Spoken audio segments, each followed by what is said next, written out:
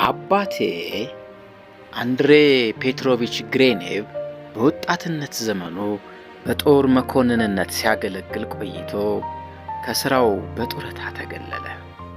ከዚያም ሲምበርበክ ከሚገኘው ርስቱ ላይ መኖር እንደጀመረ በዚያ ነዋሪ የሆነና አግኝቶ ያጣ የአንድ ሁነኛ ሰው ልጅ የሆነችውን አብዶቲያ ባዚሊዮናን አገባ። 9 ልጆች ተወለዱ። ወንድሞቹና እህቶቹ በሙሉ በሕፃንነታቸው ተቀጠሩ። ገና ከእናቴ ማኅፀን ሳልወጣ ነበር የቅርብ ዘመዳችን በሆነው የክብር ዘብ ሻምበል አዛዥ ልዑል ቢ መልካም ፈቃድ በ50 እልቅና ማዕረግ ታጭቼ ሲሞኖቭ ክፍለ ጦር የተመደብኩት። እናቴ ሴት ልጅ ብትወልድና የወላጆች ምኞት ቢጨናገፍ ኖሮ አባቴ ያንን አዲስ ቅጥር 50 አለቃ ድንገት በሞት እንደተለየው አስታውቆ ጉዳዩ በዚያው ባከተመ ነበር። ግን አልሆነም። ትምህርቴን እስከምገፋ ድረስ በረፍት ላይ እንደምሆን ተቆጠረልኝ። የዛን ጊዜ ትምህርት እንዳሁኑ አይነት አልነበረም። 5 ዓመት ሲሞላኝ ጥንቁቅና ቁም ነገረኛ የሆነ ሳቢሊች የሚባል ሞግዚትና የግል አስተማሪ መጣልኝ። እሱ እያስተማረኝ በ12 ዓመት ዕድሜ አፍ በፈታሁበት ቋንቋ ማንበብና መጻፍ ቻልኩ። ከዚያም አባቴ የዜግነቱ ፈረንሳዊ የሆነ ሙሴ ቦጥሬ የሚባል አስተማሪ ከሞስኮ አስመጥቶ የዓመት ቀለቡን በመስፈር ቀጠረልኝ። የአስተማሪው መምጣት ሳቢሊችን በጣም በሰጨው። ለእግዚአብሔር ክብር ምስጋና ይግባውና ልጁ እንደሆነ እስካሁን ድረስ ንጽሕናው ሲጠበቅለት ጥሩ ሲለብስና በሚገባ ሲቀለብ ቆይቷል ሲል አጉረመረመ። አገራችን ብቃት ያላቸው ሰዎች ያጣች ይመስል ለምን ለውጭ አገር ዜጋ ገንዘባቸውን ያባክናሉ? በፕሬ ትውልድ አገሩ ሳለ ጸጉር አስተካካይ ነበር። ቀጥሎ በፕሩሲያ ክፍለ ጦር ውስጥ ሲያገለግል ቆይቶ በመጨረሻም በአስተማሪነት ሙያ ወደ ሩሲያ ይገባል። አስተማሪ የሚለውን ቃል ፍች እንኳን አያውቀውም። ከመጠን ያለፈ ቀልበቢስና ልክስክስ ቢሆንም ጨዋታ የሚጣፍጥለት ሰው ነበር። የተጠናወተው ዋነኛ በሽታው ግን የሴት አመል ሲሆን መጎንተል በማብዛቱም በየጊዜው በሚደርስበት ድብደባ ለብዙ ቀናት ይማቀቃል። ከዚህም በላይ ራሱ እንደሚለው ጠርሙስ ማነቅ ይወዳል። በሌላ አባባል ጥንብዝ ብሎ እስኪሰክር የመጠጣት ሱስ ነበረበት። ደግነቱ ከቤታችን ወይን ጠጅ በራት ሰዓት ብቻ ነበር የሚቀርበው። የሚታደለውም አንዳንድ ብርጭቆ ብቻ ሲሆን ለዚያውም አብዛኛውን ጊዜ በፕሬ ይታለፋል። ታዲያ ያም ሆኖ ቦፕሬ የሩሲያን አልኮል መጠጥ ፈጥኖ ተላመደ። ምግብ ያንሸራሽራል በሚል ሰበብ ከራሱ አገር ወይን ጠጅ አስበልጦ ያዘወትረው ጀመር። ጓደኛሞች ሆነን። ኃላፊነቱ ፈረንሳይኛ፣ ጀርመንኛና ሌሎች ትምህርቶችን እንዲያስተምረኝ ቢሆንም ከማስተማር ይልቅ ጥቂት የሩሲያ ቃላት ከኔው መለቃቀሙን ቀለለው። ስለዚህ በየበኩላችን የልባችን ስለደረሰልን ተከባብረን በደስታ ጊዜያችንን ገፋ ነው። ዓለማችንን ቀጨን። ከእርሱ የተሻለ መምህር አልተመኘው። ግን የድል ጉዳይ ሆነብንና ቀጥዬ እንደማወሳችሁ ወዲያው ለመለያየት በቃን።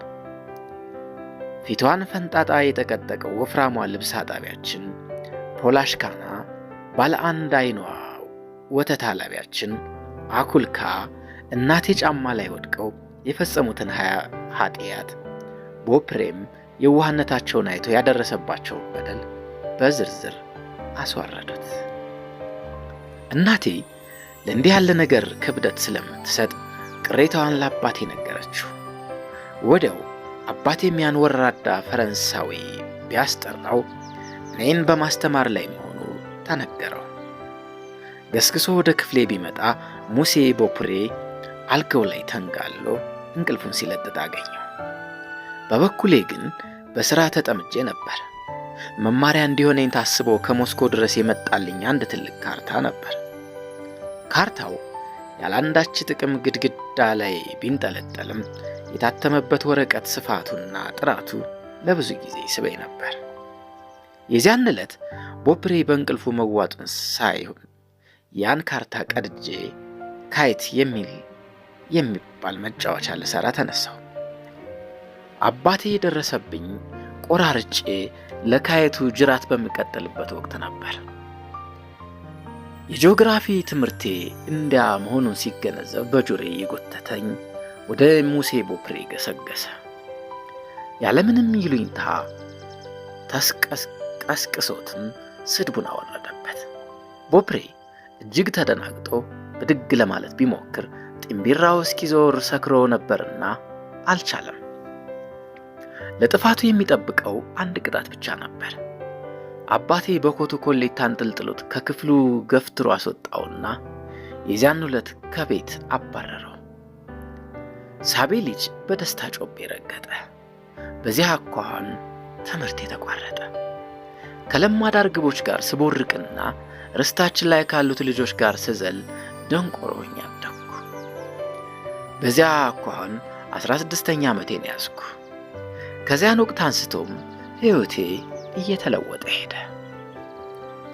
አንድ ቀን በመጸው ወራት እናቴ ከሳሎን ሆና እንጆሪ በማር ስትቀቅል አጠገቧ ቆሜ ሲፍለቀለቅ እያየሁ ለመቅመስ እቋምጣለሁ። አባቴ መስኮቷ አጠገብ ተቀምጦ በየዓመቱ የሚደርሰንን ዜና ቤተ መንግሥት የሚባል መጽሔት ያገላብጣል። መጽሔቱ አባቴን ሁልጊዜም ያመራምረዋል። ሳይጨነቅና ሳይጠበብ አንብቦት አያውቅም። በጥንቃቄ በተመለከተው ቁጥር ደሙ ይፈላል። ጠባዩንና አመሉን በሚገባ ጠርጥራ የምታውቀው እናቴ ስራዬ ብላ ያን መከረኛ ጽሑፍ ራቅ ካለ ሰዋራ ስፍራ ስለምትደብቅበት ለ2 እና ለ3 ወራት አይኑ ሳያርፍበት ይቆያል። በአጋጣሚ እጁ ከገባ ግን ለብዙ ሰዓት ሙጭጭ ይልበታል።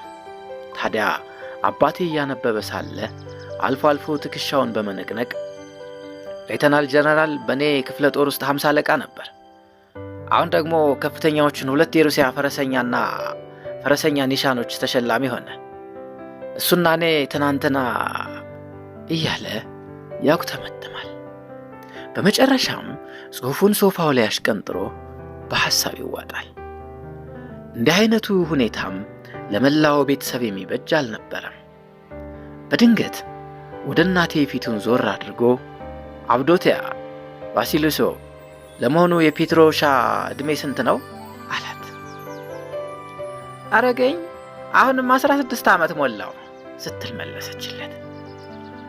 ከነ ምልክቱ ፔትሮሽካ እኮ የተወለደው አክስቱን አስታሲያ ጀራዝሞቭና አይኗን በታወረችበት ዓመት ነው።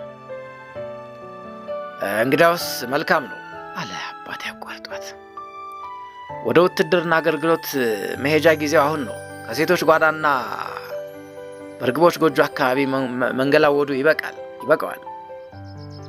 የማይቀረው ስንብታችን እናቴን ክፉኛ ስላስደነገጣት ማንኪያውን ብረት ድስቱ ውስጥ ለቀቀችው። እንባዋም በጉንጮቿ ላይ መንታ ሆኖ ወረደ። በበኩሌ ግን ከመጠን ያለፈ ፈነደኩ። ስመኘው የኖርኩት የውትድርና አገልግሎት ለኔ ነፃነትን የሚያጎናጽፈኝ፣ እንደ ልቤ በፒተርስበርግ ከተማ ለመደሰት የሚያስችለኝ እድል መስሎ ታየኝ። በዓይነ ሕሊናዬ ራሴን እንደ አንድ የጦር መኮንን እየተመለከትኩ ለሰው ልጅም ከዚህ የበለጠ ደስታ እንደማይኖር ገመትኩ። አባቴ ውሳኔዎቹን ለመለወጥም ሆነ ለማዘግየት አይወድም። የሚሄድበት ቀን ተወሰነ። በዋዜማውም ለወደፊቱ የበላይ አዛዤ የማደርሰው ደብዳቤ እንዲሰጠኝ አስታውቆ ብዕርና ቀለም እንዲቀርብለት አዘዘ። ልዑል ጌታዬ፣ የኔን ሰላምታ አቅርብልኝ አለችው እናቴ። ለፔትሩሻም እርዳታው እንደማይለየው ተስፋ አድርጋለሁ በልልኝ። የምን መቀባጠር ነው ሲል መለሰላት አባቴ ግንባሩን ቋጥሮ። ለምን ብዬ ነው ለልዑሉ የምጽፍላቸው? ለፔትሮሻ የበላይ አዛዥ ደብዳቤ ልጽፍ ነው አላልክም እንዴ? አረገኝ እና ታዲያ ብለሳ? ታዲያ ልዑሉ ናቸው የበላይ አዛዡ። ፔትሩሻ የተመደበው ሲሞናቭ የክብር ዘበኛ ጦር ውስጥ አይደል እንዴ የተመደበው? በክብር ዘበኛ ውስጥ የክብር ዘበኛ አይሆን። ፔትሮሻ ወደ ፒተርስበርግ አይሄድም። ፒተርስበርግ በመቆየቱ ምን ይማራል? ለብኩንነትና ለሞራል ውድቀት ከመዳረግ በቀር የሚያተርፈው ነገር የለም። ይልቅ በጦር ሰራዊትነት ያገለግላል። እስቲ ጠመንጃ ያንግብ፣ ባሪው ዲስተተው፣ ሴት አውልነቱን ትቶ ቆፍጣና ወታደር ይውጣው። በክብር ዘብነት ተመድቧል። የታል መታወቂያው? በይብኮ ስጭኝ። እናቴ ክርስትና ከተነሳውበት መታቀፊያ ጋር አኑረው የነበረውን መታወቂያዬን ከሳጥን አውጥታ እጇ እየተንቀጠቀጠ ለአባቴ ሰጠችው። አባቴ አገላብጦ ካየው በኋላ በስተፊቱ ጠረጴዛው ላይ ያስቀምጦት ደብዳቤውን መጻፍ ጀመረ። የሚለውን ለመስማት ጓጓ። ወደ ፒተርስበርግ ካልሆነ ከቶ ወዴት ሊልክ ይሆን? በወረቀቱ ላይ በዝግታ ከሚጓዘው የአባቴ ብዕር ላይ አይኔ ጨርሶ አልነቀላለ። በመጨረሻም ደብዳቤውንና መታወቂያዬን በፖስታ አሽጎ መነጽሩን አውልቆ ጠራኝና ይህ ደብዳቤ ለጥንቱ የሥራ ጓዴና ወዳጄ አንድሬ ካርሎቪች በእጁ የምትሰጠው ነው። ወደ ኦሬንበርግ ሄደህ በሱ ስር ታገለግላለህ አለኝ። በዚህ አኳኋን ሕልሜ ተጨናገፈ።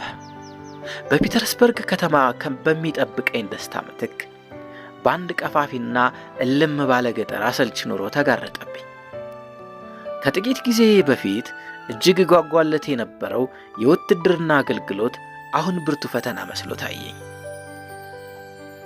አሻፈሬ ማለቱ ጠቃሚ ውጤት እንደማይኖረው ተረዳሁ።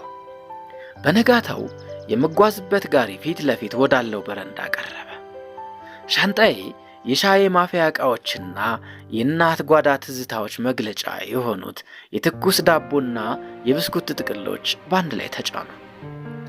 አባትና እናቴ የወላጅነት ምርቃታቸውን ሰጡኝ።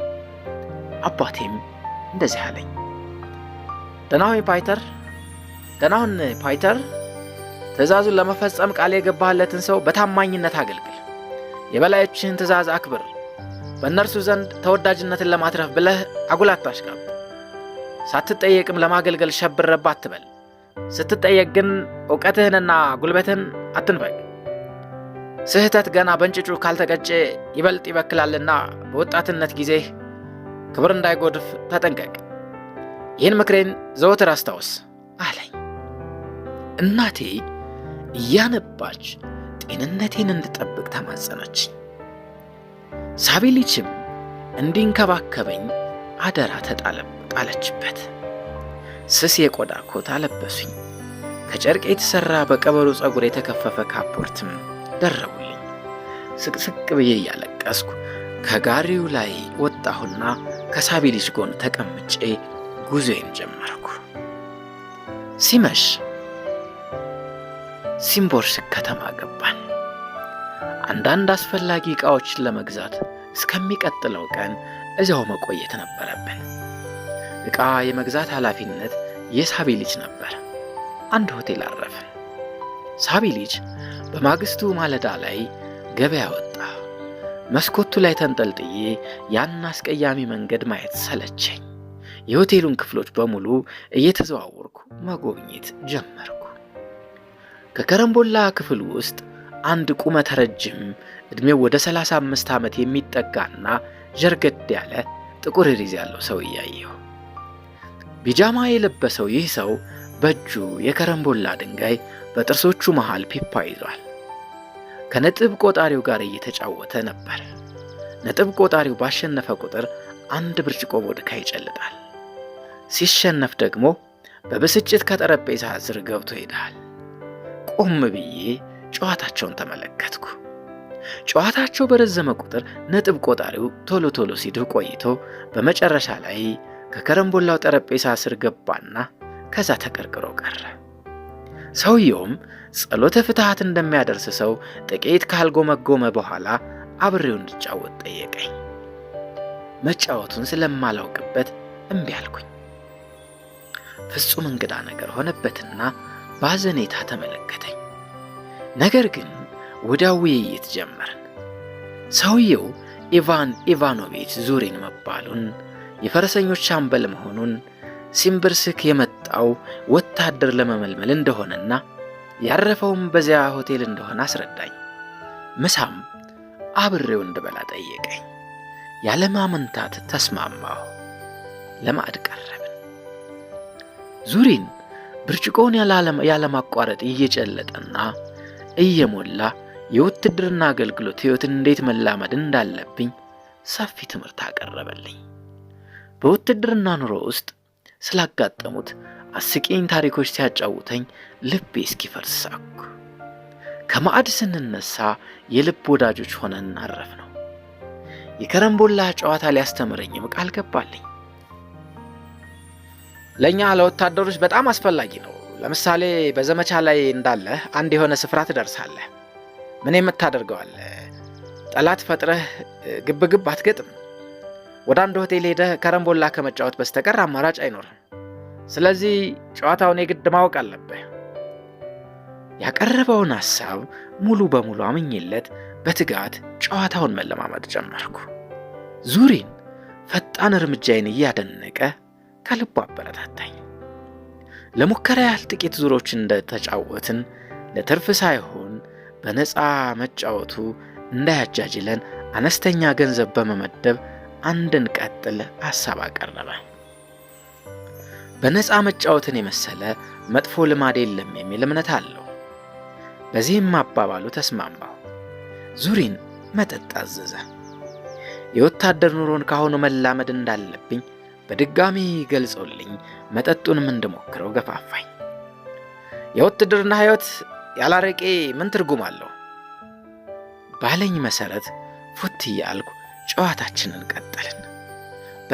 በተጎነጨው ቁጥር ይበልጥ ድፍረት ተሰማኝ። የመወረውራቸው ድንጋዮች በተከታታይ ከጠረጴዛው እየተሽቀነጠሩ ወደ ውጭ ይወጡ ጀመር። በንዴት ጦፍኩ። ነጥብ ቆጣሪው ማጫወት ስላልቻለ በስድብ ወረድኩበት። የውርርዱን ገንዘብ ከፍ ከፍ ማድረጌን ቀጠልኩ። ባጭሩ መረን እንደተለቀቀ ሕፃን ሆንኩ። ሳይታወቀኝ ጊዜው በረረ። ዙሪን የእጅ ሰዓቱን አየት አድርጎ የያዘውን ድንጋይ ካስቀመጠ በኋላ 100 ሩብል እንደተበላው አሳወቀኝ። ይህ በመጠኑም ቢሆን አስደነገጠኝ። ገንዘቤ ሳቢሊስ ዘንድ ስለነበር ለጥቂት ጊዜ እንዲታገሰኝ ይቅርታ ጠየቅኩት። ዙሪን አቋርጦኝ ኧረ ግድ የለም ፈጽሞ አትቸገር፣ ለመቆየት እችላለሁ። እስከዚያው ማዳም ዋል አሩኒሽካን እስቲ ብቅ ብለን እንያት አለኝ። ከእንግዲህ ምን ይምጣ፣ ቀኑን በማይረባ ነገር እንደጀመርኩት ሁሉ ምሽቱንም በከንቱ ገፋሁት። ማዳም ዋዜል አሩኒሽካ ቤት ራት በላን። ዙሪን በማከታተል ብርጭቆዬን እየሞላ ደጋግሞ የውትድርናን ሕይወት መለማመድ እንዳለብኝ ይነግረኛል። ብድግ ለማለት ስሞክር መቆም እንደተሳነኝ ተረዳሁ። እኩለ ሌሊት ላይ ዙሪን ከሆቴሉ ድረስ ሸኘኝ። ከሳቢሊሽ ጋር ከበሩ ላይ ተገናኘን። ለውትድርና አገልግሎት የቱን ያህል እንደተዘጋጀሁ የሚጠቁሙ ግልጽ ምልክቶችን ከገጼ ላይ አንብቦ አፉን ከፍቶ ቀረ። ምን ስታደርግ ቆየህ ጌታዬ? አለኝ ሐዘን ባዘለ ቃና። የት ይሆን እንዲህ ጨርቅ እስክትሆን የጠጣኸው? የእግዜር ያለ የአንተ ያለ እንደው እንዲህ ያለ ጥፋት ይሰራል? በል ዝም በል አንተ የጃጀህ ዘላባጅ አልኩት በጎርናና ድምፅ። አንተው ራስህ ሳትሰክር አልቀረህም። ሂድ ተኛ፣ እኔንም አስተኛኝ። በበነጋታው ጠዋት ስነቃ ራስ ምታት ለቀቀብኝ። ባለፈው ቀን የፈጸምኳቸው ድርጊቶች ብዥ ብዥ አሉብኝ። ከሐሳቤ ሰመመን የወጣሁት ሳቢሊች አንድ ፍንጃል ሻይ ባመጣልኝ ሰዓት ነበር። ገና አንዱንም ሰዓት ይዘው መጠጥና ከንቱ ደስታ ጀመርክ እኮ ፓይቶር አንድሬጅ አለኝ ራሱን እየነቀነቀ። እንደው በማን ወጥተህ ይሆን? አባትም ሆነ አያትህ ጠጪዎች አልነበሩም። እናትህም ቢሆኑ ከሎሚ ጭባቂ በስተቀር ሕይወታቸውን ሙሉ መጠጥ የሚባል ንክቻ አድርገው አያውቁም። ታዲያ ለዚህ ተጠያቂ ማን ነው? ያ እርጉም አስተማሪ መሆን አለበት። ማዳም እባክዎን ቮድካ እያለ ግንጃ ቤቷን ሁልጊዜ ነዝንዛት ነበር። አሁን ተራህን እባክዎን የምትለውን አግኝተሃል። በእርግጥም ያ ወራዳ እንዲህ ያለውን አስተምረዋል። በቤታችን አገልጋይ ያጡ ይመስል ያን አረመኔ መቅጠራቸው ግርም ይለኛል። እረፍት ተሰማኝ። ፊቴን ወደ ጎና ዙሬ ሄደልኝ ሳቢ ልጅ፣ ምንም ሻይ አልፈልግም አልኩት። ሳቢ ልጅ አንዴ ምክሬን መለገስ ከጀመረ ፈቀቅ የሚያደርገው ምንም ኃይል አይኖርም። መጠጥ ምን እንደሚያስከትል ፓይቶር አንድሬጅ፣ ራስህን ይበጠብጥሃል። መብላት አትችልም። ጠጭ ሰው ፈጽሞ አይረባም። ራስ ምታትህን ያስታግስልህ እንደሆነ እስቲ የፍሬ ጭማቂ ጠጣ፣ ወይስ ግማሽ ብርጭቆ ቮድካ ልዘዝልህ እያለ ነዘነዘኝ። ወዲያውኑ አንድ ልጅ ከዙሪን የተላከ ማስታወሻ ይዞ ብቅ አለ። ፖስታውን ከፍቼ ቀጥሎ ያለውን መልእክት አነበብኩ። ወዳጄ ፓይቶር አንድሬቪች፣ እባክህ ትናንትና ማታ የበላኸውን 100 ሩብል ለልጁ ላክልኝ። ገንዘብ በጣም አስፈልጎኛል። ታማኝ አሽከርህ ኢቫን ዙሪን። ምንም ማድረግ አይቻልም። በግዴለሽነት መንፈስ ወደ ግምጃ ቤቱ ሹምና ጉዳይ ፈጻሚው ሳቢ ልጅ ዘወር ብዬ ለልጁ 100 ሩብል እንዲሰጠው አዘዝኩት። ምን? ለምን? ብሎ ጠየቀ ሳቢ ልጅ በመገረም። ዕዳ አለብኝ ስል መለስኩ ረጋ ብዬ። ዕዳ አለብኝ በማለት አንባረቀብኝ ሳቢ ልጅ ይበልጥ ተገርሞ። ምን ጊዜ ነው ዕዳ ውስጥ የተዘፈከው ጌታዬ? አንዳች ጣጣ ሳይፈጠር አልቀረም። የፈለግከውን በል ጌታዬ፣ እኔ እንደው ገንዘቡን አልሰጥም ብሎኝ አረፈው። በዛች ቀውጢ ሰዓት ያ መንቻካ ሽማግሌ ትእዛዜን እንዲቀበል ካላደረግኩት ወደፊት ከተጽዕኖ ለመላቀቅ እቸገራለሁ የሚል ሐሳብ አደረብኝ። ስለዚህ ቀብረር በማለት ገላመጫው፣ እኔ ጌታህ ነኝ፣ አንተ ደግሞ አሽከሬ ነህ። ገንዘቤ የኔ ነው፣ ያጠፋሁትም ወድጄ ነው። አጉል ተቆርቋሪነትህን ትተህ የታዘዝከውን ፈጽም አልኩት። ሳቢ ልጅ በሰነዘርኩት ቃል እጅግ ከመደንገጡ የተነሳ እየተንቀጠቀጠ እጆቹን ከማወራጨት በቀር ምንም ሊያደርግ አልቻለም። አፍህን ገፍተህ አትገተርብኝ ብዬ በቁጣ ጮህኩበት። ሳቢ ልጅ በድንገት እንባውን አዘነበው። አረ ምን ነው ጌታዬ ፓይቶር አንድሬጅ አለኝ እየተርበተበተ። አንጀቴን አትቁረጠው። የአይኔ ብርሃን የኔን የሽማግሌውን ምክር ስማ። ውርርድ የገባኸው ለቀልድ እንደነበርና ያን ያህል ገንዘብ እንደሌለህ ገልጸህ ለዛ ወሮ በላ ጻፍለት 100 ሩብል የስላሴ ያለ ቤተሰቦች በጠጠር እንጂ በሌላ ነገር ቁማር እንዳትጫወት አጥብቀው እንደከለከሉ ንገረው። በቃ አልኩት ፊቴን በመከስከስ። ገንዘቡን አሁኑኑ አስረክበው፣ አለዛ አባረርሃለሁ። ሳቢ ልጅ ቅስሙ ተሰበረ። እያዘነ ገንዘቡን ሊያመጣ ሄደ። እኔም ለሽማግሌው አዘንኩለት። ሆኖም የማያወላውል አቋም ለመያዝና ከእንግዲህ ወዲያ ልጅ አለመሆኔን ለማረጋገጥ ቆረጥኩ። ገንዘቡም ለዙሪን ተላከለት። ሳቢ ልጅ ከዛ ከተረገመ ሆቴል ሊያወጣኝ ተጣደፈ። ፈረሶች እንደተዘጋጁልኝ ነገረኝ። ሲምብርስክን የለቀኩት በተረበሸ ሕሊናና ውስጡን በሚያቃጥል ጸጸት ተውጬ ስለነበር ዙሪንን አዲሱ አስተማሪን ዳግም አገኘው ይሆናል በሚል ተስፋ አልተሰናበትኩትም። ምዕራፍ 2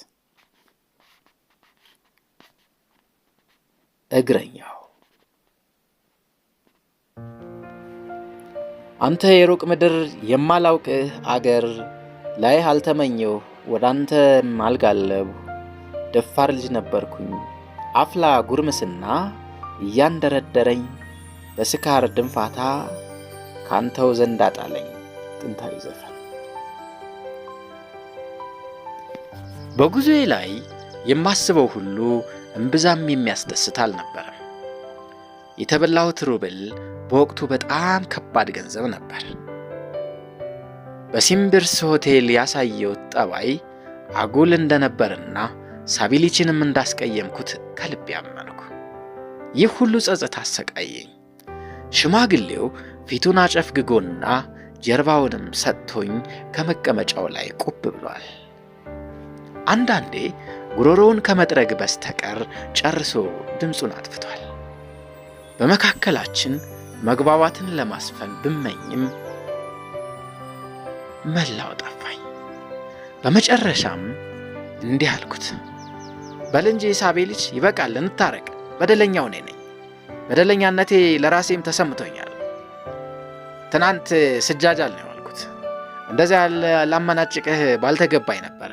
ጠባይንም እንደማርምና ወደፊትም ቀጥ ብዬ እንደምታዘዝህ ቃል ገባለሁ። በል እንግዲህ ቁጣው ይቅር፣ እንታረቅ። አይ ጌታዬ ፓይቶር አንድሬጅ ሲል መለሰ ሳቤ ልጅ ቁና እየተነፈሰ። የተቆጣሁትስ ራሴን ነው። ስህተቱ ሙሉ በሙሉ የኔው ነው። ሆቴል ውስጥ ብቻህን መተው አይገባኝም ነበር።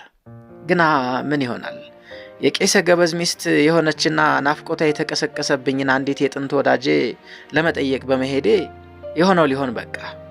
ይሄውልህ እንግዲህ ጓደኛ ጥየቃ ሄጄ አንተን ለወጥመድ ዳረኩ። እግዚኦ ጌታዬና እመቤቴ ፊት እንዴት አድርጌ እቀርብ ይሆን? ልጃቸው ጠጭና ቁማርተኛ መሆኑን ሲሰሙ ከቶ ምን ይሉ ይሆን? የተከፋውን ሳቢ ልጅ ለማጽናናት ስል ሳላስፈቅደው ቤሳን እንደማላጠፋ ቃል ገባውለት። እያደር ቢረጋጋም አንዳንዴ ራሱን እየነቀነቀ 100 ሩብል ቀልድ አይደለም እኮ በማለት ብቻውን ማጉመትመቱ አልቀረም። ወደ መድረሻዬ በመቃረብ ላይ ነኝ። ዙሪያው አውላላ ሜዳ ሲሆን አልፎ አልፎ ጉብታና ገደላ ገደል ይታይበታል። ስፍራው በሞላ በበረዶ ተሸፍኗል። በስተምዕራብ አድማስ ጀንበር እያሽቆለቆለች ነበር። ጋሬ አንድ ጠባብ መንገድ ይዞ ወይም በትክክል ለመግለጽ የገበሬዎች ሰረገላዎች የቀደዱትን ፈር በመከተል እየተጓዘ ነው። ሰረገላ ነጁ ሳይታሰብ በጭንቀት ተወጥሮ ወደ አንድ አቅጣጫ አይኑን ከተከለ በኋላ ባርኔጣውን አውርዶ ፊቱን ወደ እኔ ዘወር በማድረግ ጌታዬ ብንመለስ የተሻለ ነው አለኝ። ለምን? የአየሩ ጠባይ አስተማማኝ አይደለም። ነፋሱ በመነሳት ላይ ነው። አሁን የወረደውን በረዶ እንዴት እንደሚያንገዋልለው ይመልከቱ። ታዲያ ምን ይሆናል ብለህ ነው? እስቲ ወደዛ ይመልከቱ ብሎኝ ነጂው ወደ ምስራቅ አለንጋውን ቀሰረ። ሻሽ ከመሰለው ሜዳና ከጠራው ሰማይ በስተቀር የማየው ነገር የለም። እዚያ ያደመና በጣም በመራቁ የኮረብታ አናት የሚመስል አነስተኛ የደመና ቁልል አድማስ ላይ ተንጠልጥሏል። ነጂውም ይህ ደመና የማዕበል ምልክት መሆኑን አስረዳኝ።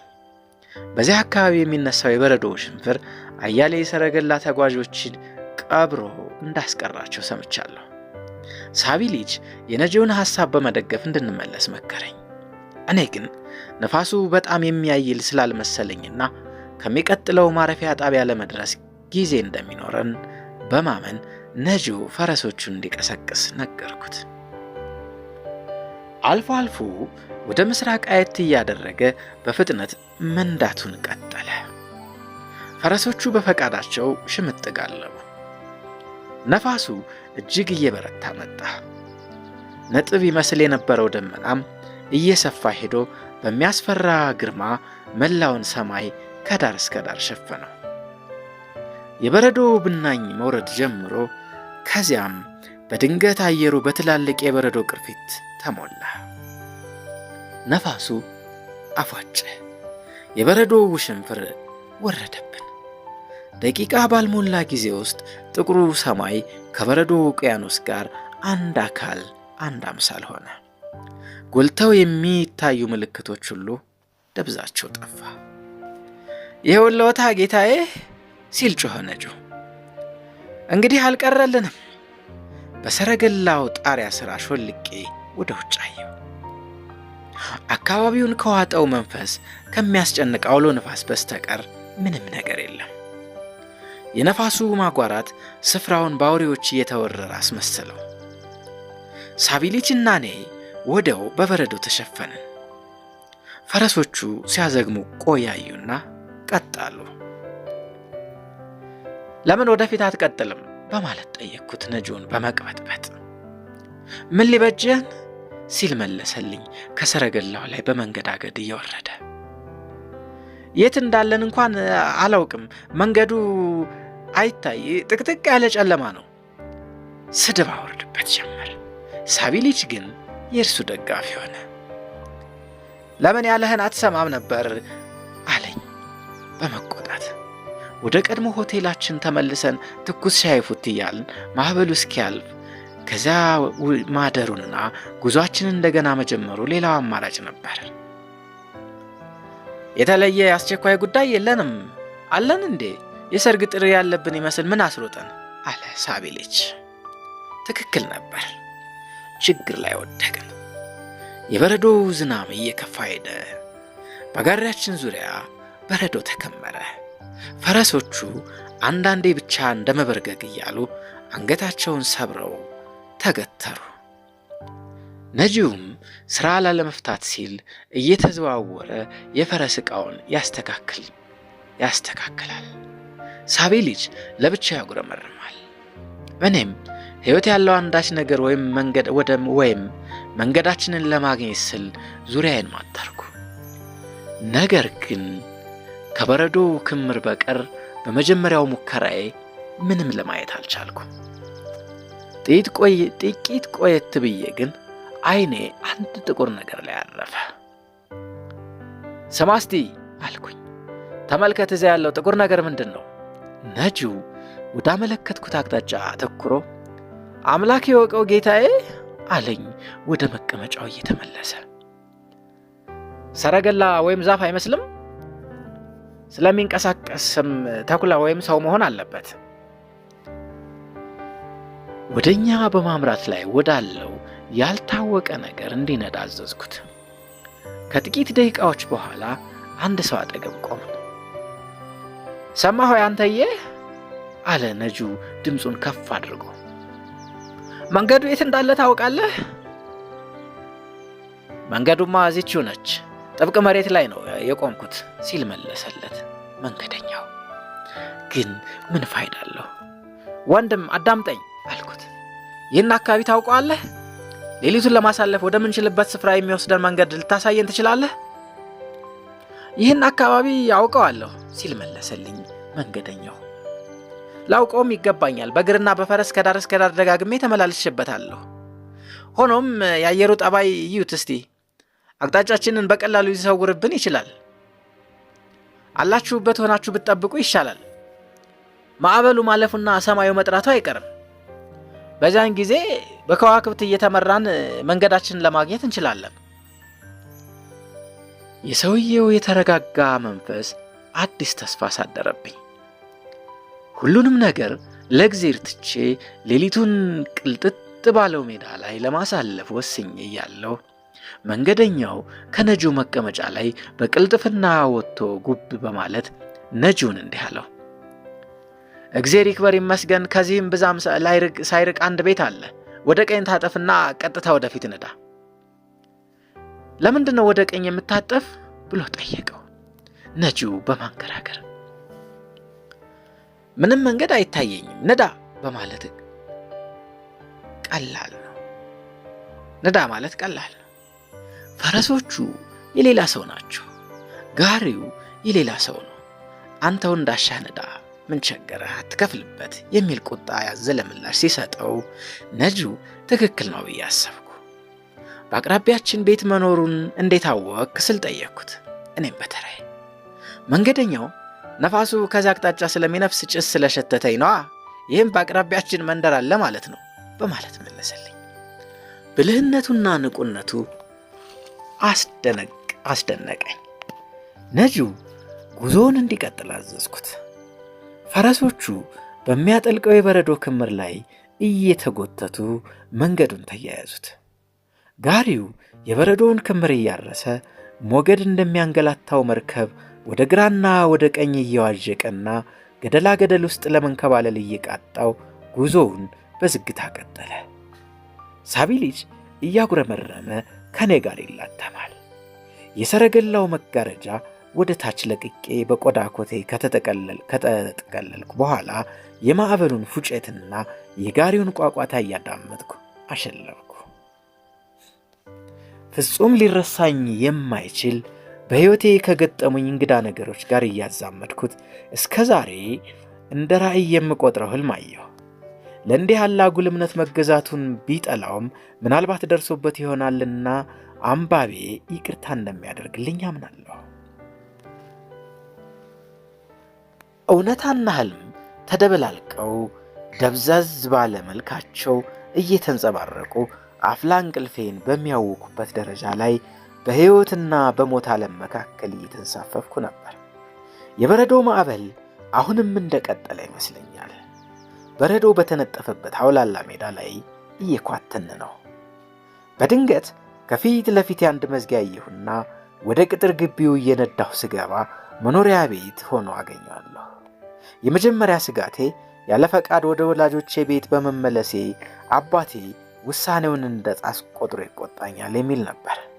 በድንጋጤ ከጋሪው ላይ ዘልዬ እንደወረድኩ እናቴ በጥልቅ ሐዘን ተውጣ ልትቀበለኝ ስትመጣ አየኋት። አለችኝ። አባት በጣም ታሟል፣ ከሞት አፋፍ ላይ ነው፣ ሊሰናበት ይፈልጋል። በፍርሃት ደንዝጄ ተከተልኳት። ጭልጭል የሚል ብርሃን ያለበት ክፍል ገባንና ፊታቸው በሐዘን የጨለመ ወንዶችና ሴቶች አልጋውን ከበው ያያለሁ። በቀስታ ወደ አልጋው ስቀርብ እናቴ መጋረጃውን ገለጥ አድርጋ አንድሬ ፔትሮቪቻ መጣ እኮ፣ መታመምን ሰምቶ ተመልሷል፣ መርቀው አለችው። ተንበርክኬ ያንን ህመምተኛ ተመለከትኩት። ግን ምን አየው መሰላችሁ? አባቴ ፋንታ በዛ አልጋ ላይ ተጋድሞ በፈገግታ የሚመለከተኝ አንድ ባለ ጥቁር ጺም ገጠር የሆነ። ግራ ተጋብቼ ወደ እናቴ መለስ አልኩና ምን ማለትሽ ነው በማለት ጠየቅኳት። እሱ አባቴ አይደለም፣ አንድ ገጠሬ እንዲመርቀኝ የምለምንበት ምን ምክንያት አለ? ግድ የለም ፔትሩሻ አለችኝ እናቴ። በሰርግ ላይ አባትህን ተክቶ ይገኝልሃል፣ እጁን ሳምና ይመርቀ። እኔ ግን አልተስማማሁ። በዚህ ጊዜ የገጠሬው ካልጋው ዘሎ ወርዶ መጥረቢያ ከበስተጀርባው ካነሳ በኋላ በየአቅጣጫ ያወናጭፈው ጀመር። እግሬ አውጪኝ ለማለት ሞከርኩ፣ ግን ተሳነኝ። ክፍሉ ሬሳ በሬሳ ሆነ። ሬሳ እያደናቀፈኝና እየተንሸራተትኩ በደም ተለወስኩ። አስፈሪው ገጠሬ በፍቅር ስሜት ድምፁን ከፍ አድርጎ አይዞህ አትፍራ፣ ቀረብ በልልኝ እና ልመርቅህ አለኝ። ፍርሃቱና መደናገሩ ሰነከለኝ። በዛች ወቅት ነቃሁ። ፈረሶቹ ቆመዋል። ሳቢ ልጅ እጅጌን እየጎተተ ወረድ እንጂ ጌታዬ፣ ደርሰናል እኮ አለኝ። ደርሰናል? የት ስል ጠየቅኩት፣ አይኔን እያሸሁ። ከሆቴሉ በእግዜር ቸርነት ካጥሩ ጋር ተጋጨን። በል ጌታዬ ቶሎ ወረድና ሙቀት ወዳለበት ግባ። ከጋሪው ወረድኩ። የበረዶው ብዛት ቢቀንስም ውሽንፍሩ እንደቀጠለ ነው። ዙሪያው ጥቅጥቅ ባለ ጨለማ ተዳፍኗል። የሆቴሉ ባለቤት በኮቱ ከለላ ፋኖስ አንጠልጥሎ በር ላይ ተቀበለን። እኔም ወደ አንዲት ጠባብ ግን በመጠኑም ቢሆን ንጽህናዋ የተጠበቀ ክፍል መራኝ። አንዲት ሻማ ብቻ ትበራበት ነበር። አንድ ጠመንጃና በቅርጹ የመነኩሴ ቆብ የሚመስል የኮዛክ መለዮ ከግድግዳው ላይ ተሰቅለዋል። ባለሆቴሉ 60 ዓመት ገደማ የሚሆነው ፈርጠም ያለና ንቁ ኮዛክ ነው። ሳቢ ልጅ የሻይ ማፍያ ቁሳቁስ የተከተተበትን ሳጥን ይዞ እየተከተለኝ ሻይ ለማፍላት እሳት ጠየቀ። እኔ ግን እስከዚህም አስፈላጊ አልመሰለኝም። ባለሆቴሉ ራሱ ጉድ ጉድ ሲል ሄደ። የታለ መንገዱ መሪያችን ስል ጠየቅኩ ሳቢ ልጅን። እዚህ ነኝ ጌታው የሚል ድምፅ ከበስተ አናቴ መጣ። ከፍ ብሎ ከግድግዳዋ ጋር ተያይዞ የተሰራውን ቆጥ አንጋጥጬ ስመለከት ጥቁር ጺሙ ሁለት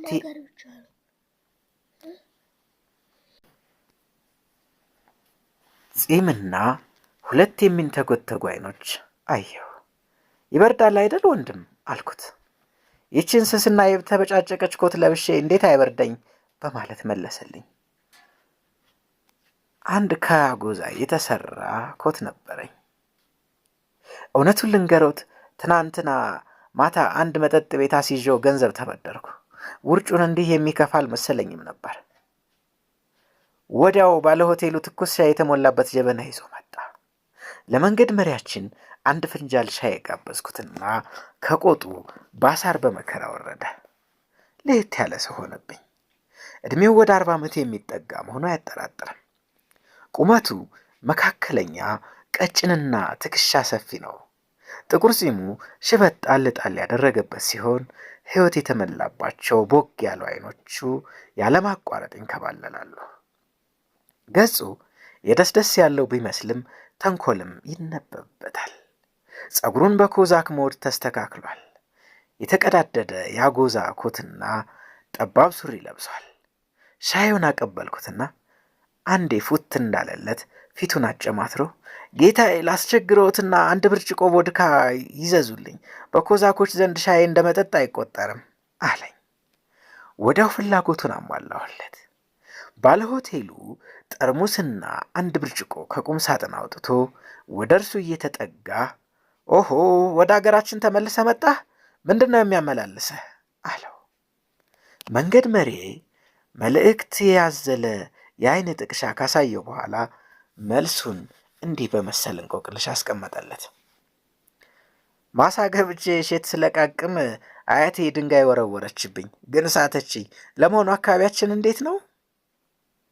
እኛ አለ ባለ ሆቴሉ፣ እርሱም ምላሹን ክርር በማድረግ ለምሽት ጸሎት ሕዝቡን በቤተ ክርስቲያን ደወል ልንሰበስብ አስበን ነበር፣ ግን የቄሱ ሚስት ከለከለችን። ቄሱ የሉም፣ ዲያብሎስም እየፋለለ ነው። ዝም በል እባክህ አለው መንገድ መሪያችን። ዝናብ ካለ እንጉዳይ ይፈላል፣ እንጉዳይ ካለ ደግሞ ለመሰብሰብ የሚሆን ቅርጫት አይታጣም ከእንግዲህ ሲል እንደገና ጠቀስ አድርጎት መጥረቢያህን አዘጋጅ፣ እንጨት ፈላጩ በአቅራቢያህ ነው፣ ለክቡርነቶ ጤንነት በማለት ብርጭቆውን አንስቶ ካማተበ በኋላ ውስጡ የነበረውን በአንድ ትፋሽ ጨለጠ። ከዚያም እጅ ነስቶኝ ወደ መኝታው ሄደ። በዚያን ጊዜ ይህ የአራዳ ቋንቋቸው አልገባኝም ነበር። ውያ አድሬ እንደደረስኩበት ግን የተነጋገሩበት ለካስ በ1772 ዓመተ ምህረት አመፅ አስነስተው ድል ስለተመቱ የያይክ ወታደሮች ኖሯል። ሳቤሊች የተባሉትን ሁሉ በከፍተኛ ቅሬታ ካዳመጠ በኋላ ባለሆቴሉንና መንገድ መሪያችንን በጥርጣሬ ገረመማቸው። ሆቴሉ የሚገኘው ከመንገድ ወጣ በማለቱና ሰው ከሚኖርበት አካባቢ በመራቁ የወሮ በሎች ጎረኖ ሳይሆን አይቀርም የሚል ስጋት አደረብኝ።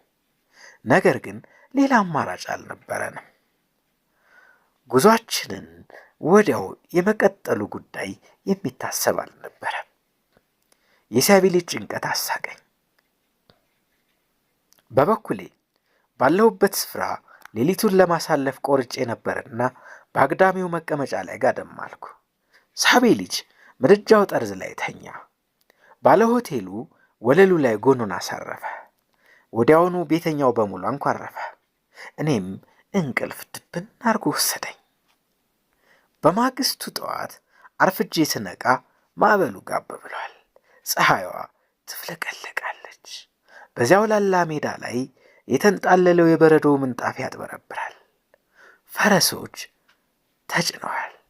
ለባለ ሆቴሉ የከፈልኩት ሂሳብ መጠነኛ በመሆኑ አዘውትሮ ይከራከር የነበረው ሳቤሊች እንኳን አልተቃወመም። ያለፈው ሌሊት ጥርጣሬውም ከአእምሮው ጠፍቷል። መንገድ መሪያችንን ጠርቼ ስለ እርዳታው ካመሰገንኩት በኋላ ለመጠጥ የሚሆነው ጥቂት ገንዘብ እንዲሰጠው ሳቤሊችን ነገርኩት። ሳቤሊች ግንባሩን ቋጠረ። ለመጠጫ የሚሆነው አለ ሳቤሊች። ለምን መልካም ፈቃድ ሆኖ ሆቴሉ ድረስ በጋሪ ስላደረስ ነው እንደ ፈቃድህ ጌታዬ። በበኩሌ ግን እንዲህ በከንቱ የምናባክነው ገንዘብ የለንም። ለመጠጫም እያልክ ላላፊ ለአግዳሚው ገንዘብ ከሰጠህ በቅርብ ጊዜ ውስጥ አንተው ራስህ ልመና ትገባለህ። ከሳቢሊች ጋር መከራከር አልቻልኩም። ከዚህ ቀደም ቃል በገባሁት መሰረት ገንዘቤ በሙሉ ያለው በእርሱ እጅ ነው። ካደጋ ባይሆንም ከአንድ አሳሳቢ ሁኔታ ላወጣኝ ሰው ውርታውን ልከፍል ባለመቻሌ ተበሳጨሁ። እሺ እንግዲያ አልኩት ረጋ ብዬ፣ ገንዘብ እንዳልሰጠው ከፈለክ ከልብሶቼ አንዱን እንኳን ስጠው፣ በቂ ልብስ የለውም። ለምን ብዬ ጌታዬ ፖይቶር አንድሬች አለ ሳቢሊች።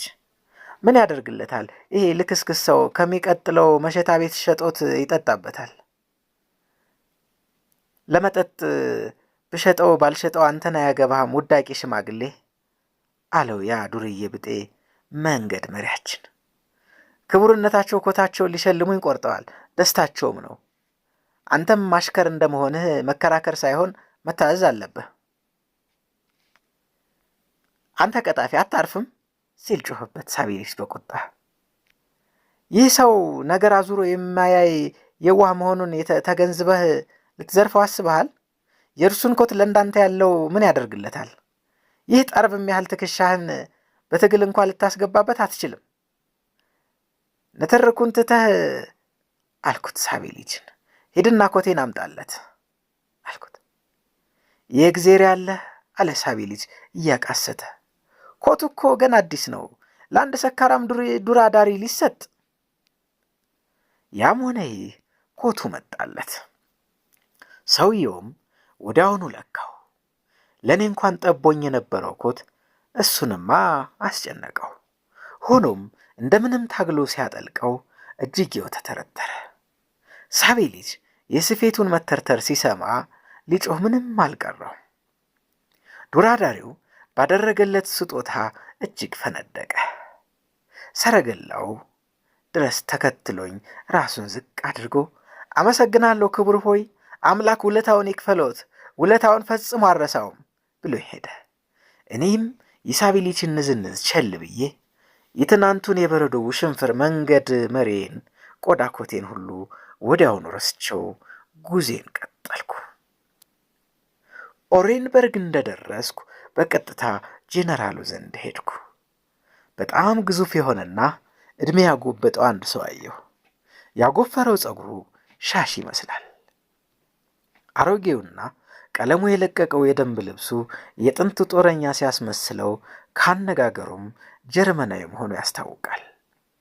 የአባቴን ደብዳቤ ሰጠሁት። ስሙን እንደሰማ በፍጥነት አየት አድርጎኝ በተሰቀለው አለ። አንድሬ ፔትሮቪች አንተን ያህል የነበረበት ጊዜ ሩቅ አይደለም። ይገርማል። አንተን የመሰለ ጎበዝ አድርሷል። ጊዜው እንዴት ይበራል። ፖስታውን ከፍቶ ደብዳቤውን ዝቅ ባለ ድምፅ እያነበበ እግረ መንገዱን ይተቸው ጀመር። ወዳጅ አንድሬ ካርሎቪች፣ ክቡርነቶ ተስፋ አለኝ። እቤት ሽር ጉድ ስናበዛ ሊያርፍበት ይገባል። በእርግጥ ስነ ስርዓት ከሁሉም መቅደም አለበት። ለአንድ የቀድሞ የልብ ወዳጅህ እንዲህ ተብሎ ይጻፋል። ክቡርነቶ አረሳውም። እናም ሚቹፊልድ ማርሻል ሚን ዘመቻ ካሮሊና ካም የጥንቱን ጨዋታችን አሁንም ያስታውሳል። አሁን ወደ ቁም ነገሩ ልመለስና የኔን ማጋጣር ሰው ዘንድ ልኬዋለሁ።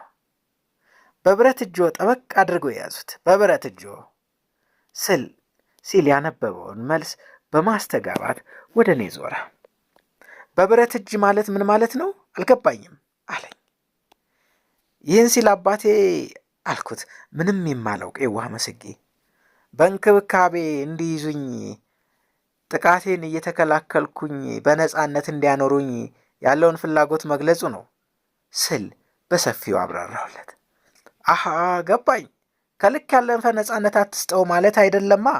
ግን እኮ የብረት እጅ ትርጉሙ አንተ እንደምትለው አይመስለኝም ብሎኝ ወደ ደብዳቤው ተመለሰ። መታወቂያውን ከዚህ ጋር ልኬልሃለሁ። የት አለ? አሃ ይሄውና። የሴሜኖቭ ክፍለ ጦር እንዲያውቀው። መልካም ይሁና። ማረግህን እያከበርኩ እንደ ቀድሞ ጓደኝህና ወዳጅህ ሆኜ ሳቅፍህ ደፈረኝ አትበለኝ። ያሁኑ ይሻላል። ታዲያስ ጌታው አለኝ ደብዳቤውን አንብቦ ከጨረሰና መታወቂያ ወረቀቴን ካኖረ በኋላ። እንደ ጠየቀው ይፈጸምለታል። በሆነ ክፍለ ጦር ውስጥ መኮንንነት ማዕረግ ይሰጥሃል። ጊዜም ሳናባክን በነገው ዕለት ወደ ቪሎጎርስክ ጦር ሰፈር ሄደህ በስመ ጥሩና በተከበረው ካፒቴን ሚኖቭ ስር ታገለግላለህ። እዛ ነው የእውነተኛ አገልግሎት ምንነትና የምትገነዘብና ስነ ስርዓትም የምትማር። ኦሬንበርግ ውስጥ የምታደርገው አንዳችም ነገር የለም። ስንፍና ለጎረምሳ አጥፊው ነው። እናም ዛሬ በምሳ ሰዓት ባገኝህ ደስ ይለኛል። ከድጥ ወደ ማጡ እናቴ ማፀን እያለሁ የክብር ዘብ 50 አለቃ መሆኔ ምን በጀኝ፣ ወደ ምኑ አመጣኝ በማለት ራሴን ጠየቅኩ።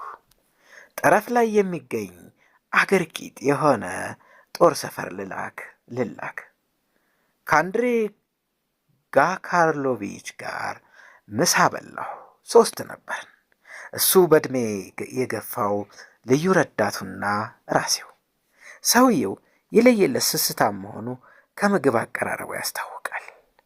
እኔንም ወደ ተባለው ጦር ሰፈር በጥድፊያ መላኩም ምግቡን እንዳልጋራው ሳይሆን አይቀርም። በሚቀጥለው ቀን ጄኔራሉን ተሰናብቼ ወደ ተባለው ጦር ሰፈር ተጓዝኩ። ምዕራፍ 3 ምሽጉ። በዛ በቀዝቃዛው ኦና ምሽጋችን ዳቦና ውሃ ነው ሁሌም ቀለባችን። ጠላትም ቢመጣ ሊገበይ ደስታ፣ ይቆየዋል ድግስ ምንም አያመንታ። የመድፍና ጥይት ወይም የባሩድ ጢስ በልከስክስ ይባላል እስኪ በቃው ድረስ። የቤልጎርስክ ምሽግ ከኦሬንበርግ 40 ኪሎ ሜትር ርቀት ላይ ይገኛል። መንገዱ የተሰራው የአይክን ወንዝ ገደማ ጠርዝ ተከትሎ ሲሆን ወንዙ ገና ባይረጋም ጢም ብሎ የሚንኳለለው ውሃው በበረዶ ከተሸፈነው አካባቢው ጋር ሲነጻጸር ጠቆር ያለና አስፈሪ ነው። የኬርጂ ዛውላላ ሜዳ ከወንዙ ግራና ቀኝ ለጥ ብሏል። በሐዘንና በትካዜ ተጨብጬ ጥልቅ ሐሳብ ውስጥ ተዘፍቄ ያለሁ። የጦር ሰፈር ሕይወት እምብዛም አላጓጓኝ። የወደፊት አለቃዬን ካፒቴን ሚሮኖቭን በአይነ ህሊናዬ ስቀርጸው የማያፈናፍን ግልፍተኛ፣ ከስልጣኑ በቀር ለሌላው ሁሉ ደንታ የሌለው፣ ለጥቃቅንን ጥፋቴ እንኳን እያሰረኝ ከደረቅ ዳቦና ከውሃ ጋር ሊያጋትረኝ የተዘጋጀ ሽማግሌ መሰለኝ። ቀኑ ድንግስግስ ብሏል። በመጠነኛ ፍጥነት እየተጓዝን ነበር። ምሽጉ ሩቅ ነው። አልነጂውን ጠየቅኩት። ብዙ አይርቅም፣ ይታያል እኮ። ዙሪያዬን ቃኘት አደረግኩ። ቀፋፊ ምሽጎችና ግንቦች ፍለጋ። ሆኖም በአጠና አጥር ተከልለውና ፍግፍግ ብለው ከተሰሩ የእንጨት ቤቶች ሌላ ምንም አልታየኝም።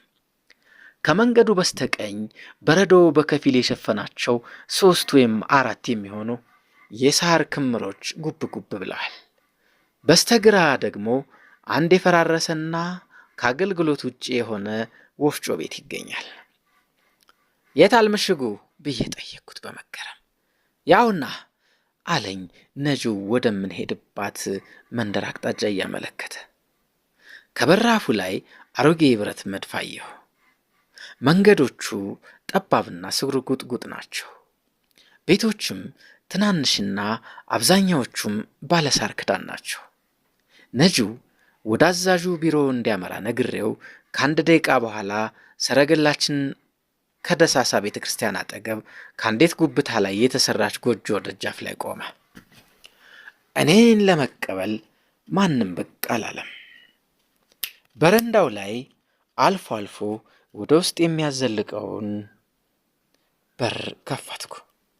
አንድ አካለ ስንኩል ወታደር ከጠረጴዛው ላይ ፊት ብሎ አረንጓዴ ደንብ ልብሱን ለብሶ በሰማያዊ ራፊ ሲጥፍ ተመለከትኩ።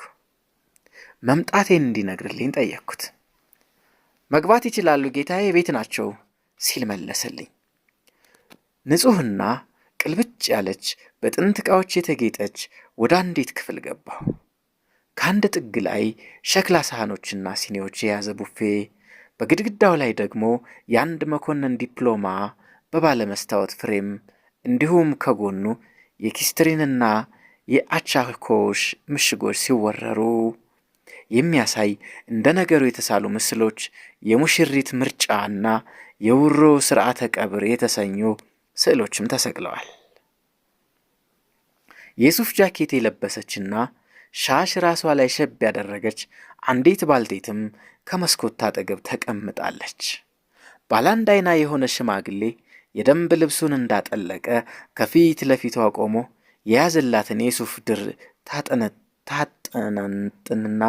ታጠነጥናለች። ምን ልርዳዎት ጌታዬ ስትል ጠየቀችኝ፣ ስራዋን ሳታቋርጥ። በጦር ውስጥ ለማገልገል እንደመጣሁና መድረሴንም ለካፒቴኑ ማስታወቅ እንዳለብኝ ገለጽኩላት። ባላንድ አይናው ሽማግሌ አዛዡ ስለመሰለኝ ወደ እርሱም ዞር አልኩኝ። ሴትየዋ ግን የጀመርኩትን ንግግሬን አቋርጣ ኢቫን ኩዝሚች ወጣ ብሏል። አባ ጀራዚምን ለመጠየቅ ነው የሄደው። ሆኖም ግድ የለም ጌታዬ፣ እኔ ባለቤቱ ነኝ። እንኳን ደህና መጡ፣ አረፍ ይበሉ ጌታዬ በማለት ገረዲቱን ጠርታ 50 አለቃው ዘንድ ላከቻት። አጠገቤ ቆሞ የነበረው ሽማግሌ ስለ እኔ የማወቅ ጉጉት ስላደረበት የተረፈችውን አይኑን እኔ ላይ ተከለ። ለመሆኑ የትኛው ክፍለ ጦር ነበሩ ብሎ ጠየቀኝ። መለስኩለት። ያን የጦር ሰራዊት ሰፈር ትተው ወደዚህም ለምን መጡ አለኝ። በበላዮቼ ትእዛዝ እንደመጣሁ ነገርኩት። እንደው በመላክ አንድ የክብር ዘብ መኮንን የማይጠበቅ ጥፋት በመፈጸም ሳይሆን አይቀርም በማለት ቀጠለ። ያ ልብ አውልቅ ሰው። በል መቀባጠሩ ይብቃ አለችው ባልቴቷ። ወጣቱን ጉዞውን እንዳደከመው አታይም? ተወት አድርገው። ጎሽ በል እጆችን ከፍ። እርስዎ ደግሞ ጌታዬ አለች። እንዲህ ከመሰለው ሩቅ ስፍራ ስለተወረወሩ አይዘኑ። ለእንደዚህ ያለው ዕጣ እርስዎ የመጀመሪያም የመጨረሻም አይደሉም። አንዴ ከተላመዱትማ ከቁም ነገር አይጥፉትም። አሌክስ ኢቫኖቪች ቫብሪን ነፍስ በማጥፋት ወደ እኛ ከተዛወረ ይኸው ዘንድሮ 4 ዓመት አለፈው። ያን ግድያ ለምን እንደፈጸመ አምላክ ይወቅ። እሱና የሆነ 100 አለቃ ጎራዴዎቻቸውን ታጥቀው ወደ ከተማው ዳር ይዘልቁና ይማዘዛሉ። አሌክስ ኢቫኖቪች በሁለት እማኞች ፊት ባላንጣውን በሆድ ዕቃው ሻጠበት። ምን ይደረግ ብቻ አያድረስ ማለት ነው። ወዲያው አንድ ጀርጋዳ የኮዛክ ወጣት 50 አለቃ ዘዋለ። ማክሲሚች አለ አሮጊቷ አለችው። ለመኮንኑ ንጹሕ የመኖሪያ ክፍል ስጣቸው። እሺ ቫሲሊሳ የጎርቪና ሲል መለሰላት 50 አለቃው። ክቡርነታቸውን ከኢቫን ፓቮሎቪች ጋር ላዳብላቸው እንዴ? አይሆንም ማክሲሚች አለችው የካፒቴኑ ባለቤት። ያ ክፍል በአሁኑ ይዞታው እንኳን ተጣቧል። ደግሞም እኮ ፖሊዚዮቭ ወዳጄ ነው። የበላዮቹ መሆናቸውን አሳምሮ ያውቃል። በል መኮንኑን ይዘህ ሂድ። ስምዎን ማን ልበል ጌታዬ? ፓይቶር አንድሮች ወደ ለሜን ኮዛ ዘንድ ውሰዳቸው። ያው ስላታኮ ይሄኔ ጉኛውን አትክልት ውስጥ ለቆታል። ማክሲሚች ለመሆኑ አካባቢያችን እንዴት ነው?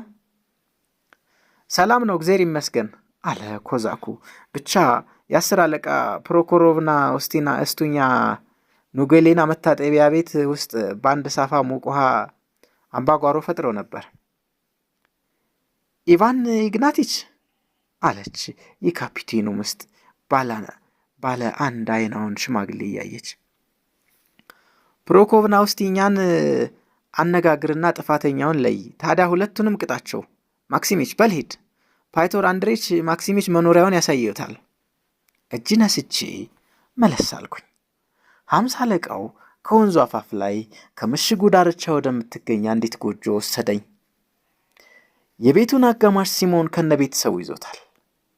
ገሚሱ ለእኔ ተሰጠኝ። ንጹሕ የሆነችና በካርቶን የተከፈለች አንዲት ክፍል ነች። ሳቤ ልጅ ጓዛችንን በመፈታታት ላይ ሳለ በጠባቧ መስኮት በኩል ወደ ውጭ ተመለከትኩ። ለጥ ያለው አውላላ ሜዳ ከፊት ለፊቴ ተንጣሏል። ከቆምኩበት ትይዩ በጣት የሚቆጠሩ ጎጆች ሲኖሩ በመንገዱም ላይ ዶሮዎች ሽቅብ ቁልቁል እያሉ ይጭራሉ። ሳፋ የያዘች አንዲት አሮጊት ከቤቷ ደጃፍ ላይ ቆማ አሳዎችን ስትጠራቸው እየፏገሩ ወደ እርሷ ይንጋጋሉ። ታዲያ እንዲህ ካለ ቦታ ላይ ነው አፍላ ዕድሜን እንዳሳልፍ የተፈረደብኝ። ሐዘንና ትካዜው አዋጠኝ። ከመስኮቱ ዘወር አልኩና እራት እንኳን ሳልበላ ተጠቅልዬ ተኛሁ። ቅር የተሰኘው ሳቤ ልጅ አይ እግዚአብሔር ደግሞ ዛሬ እህል አልቀምስም አለ። ልጃቸው በሽታ ላይ ቢወድቅ እሜቴ እኮ ከቶ ምን ይሉኝ ይሆን እያለ ሲያጉተመትም አመሸ። በበነጋታው ጠዋት መለባበስ እንደጀመርኩ በሩ ተከፈተ። ቁመቱ አጠር፣ ፊቱ ጠቆር ያለ መልከ ቀና ባይባልም ዛላው ያማረ ወጣት መኮንን ገባ። በድንገት ልተዋወቀውት በመምጣቴ ይቅርታ አለኝ በፈረንሳይኛ። መምጣቱን የሰማሁት ትናንትና ነበር። አዲስ ሰው ለማየት ጓጓ ነበርና አላስችል ብሎ የመጣው።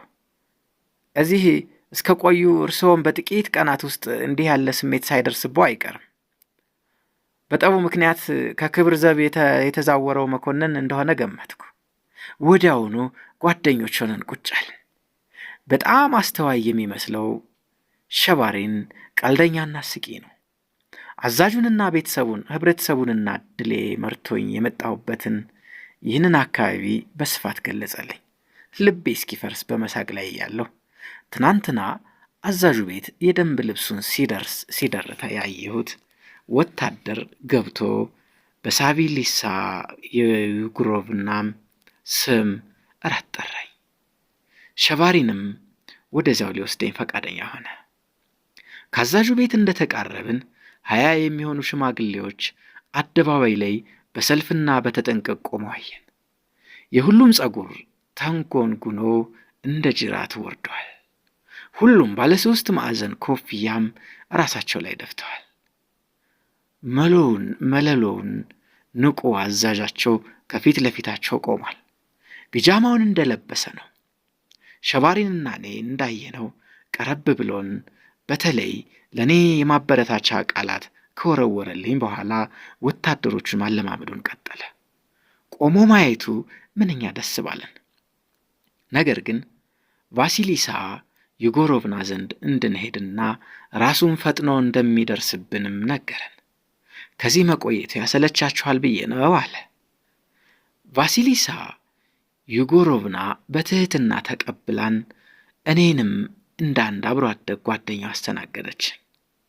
አካለ ስንኩል ወታደር ገበታውን በማዘጋጀት ገረዲቱን እየረዳት ነበር። ዛሬስ ባለቤቱ ኢቫን ኩዝሚች የልምምዱን ሥራ ዋለበት አለች ያዛዡ ባለቤት። ፖላሻ የቤቱን ጌታና ምሳ ብላ በይው ማሻ ሴት አለች።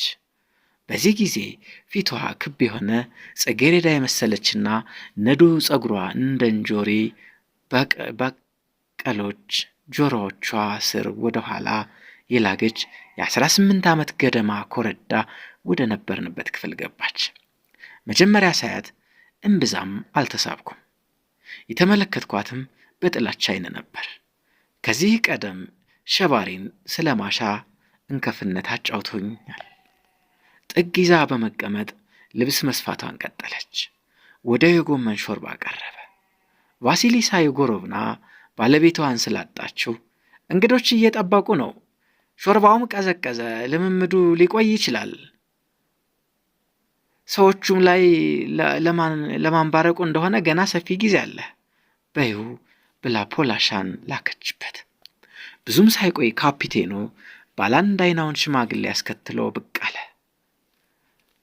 እስከምን ይባላል ጌታዬ? ምሳ ከቀረበ ዘመን የለውም። አንተ ብትጠራም ቶሎ አልመጣልክ።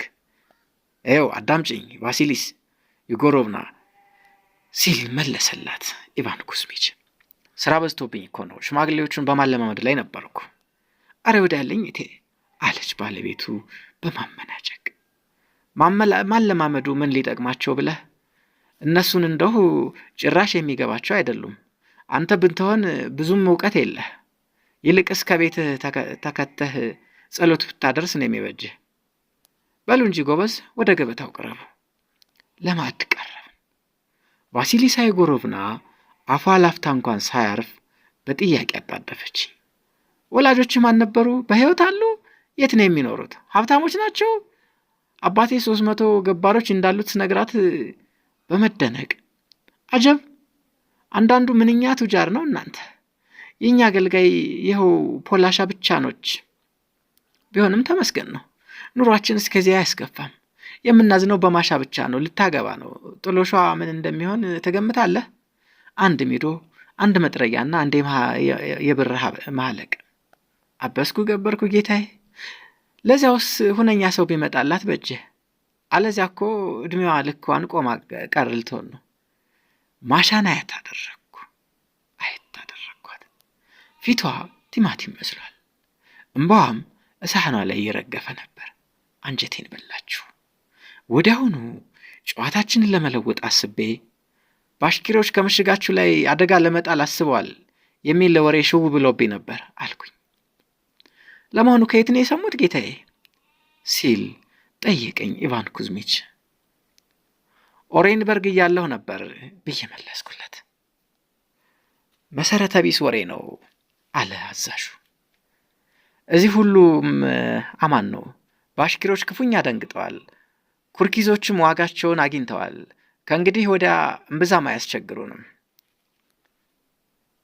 ከቃጣቸው ግን እስከ 10 ዓመት የማይረሱት በትር ነው የማቀምሳቸው። ይህንን ለመሰል አደጋ በተጋለጠ ምሽግ መኖር አያሳስባችሁም? ስል ቀጠልኩ ጥያቄን ወደ ቫሲሊሳ ኢጎሮቭና ዞር ብዬ። እሷም ስትመልስ ለምጄዋለሁ የኔ ጌታ። የዛሬ 20 ዓመት ከክፍለ ጦር ወደዚህ በተዛወርንበት ጊዜ እኒያ አረመኔዎች እንዴት ያስፈሩኝ እንደነበር የሚያውቀው አንድዬ ብቻ ነው። ያን ጸጉራም ቆባቸውን ሳይ ወይም ጩኸታቸውን ስሰማ ልቤ ቀጥ የምትልብኝ ይመስለኝ ነበር። እውነቴን ነው የምለውት ጌታዬ። አሁን ግን በጣም ስለተላመድኳቸው የሆነ ሰው መጥቶ እኒያ ወሮበሎች ለምግብ እንደሚያነፈንፍ ዱር አራዊት በምሽጉ ዙሪያ ይርመሰመሳሉ ቢለኝ ፍንክች አልልም። ቫሲሊስ ኢጎሮቭና በጣም ደፋር ሴት ናቸው አለ ቫቫሪን ቀልጠፍ ብሎ። ኢቫን ኩዝሚች ይመሰክራሉ። እንዴታ አለ ኢቫን ኩዝሚች። እሷ እኮ እንደ ሐሞተ ቢሶች ሴቶች አይደለችም። ማሪያ ኢቫኖቭናስ ስል ጠየቅኩ። እሷም እንደርሰው ጀግና ነች? ማሪያ ደፋር ናት አለች እንደ እናትየዋ በሽርደዳ ቃና። አይደለችም፣ ማሻ ቡቡ ነች። ሌላው ይቅርና የጠመንጃ ተኩስ እንኳ እስካሁን ለመልመድ አልቻለችም። የተኩስ ድምፅ የሰራ አካላቷን ያርገፈግፈዋል። የዛሬ 2 ዓመት ልደቴ ሲከበር ባለቤቴ መድፍ እንዲተኮስ ባዘዘ ጊዜ የኔቱ ጫጩት ተርበድብዳ ልትሞት ጥቂት ነበር የቀራት። ከዚያን ጊዜ ወዲህ መድፍ ተኩሰን አናውቅም። ሁላችንም ከማዕድ ተነሳን። ካፒቴኑና ባለቤቱ ወደ መኝታ ክፍላቸው ሄዱ። እኔም ወደ ሸቫሪያን ክፍል ሄጄ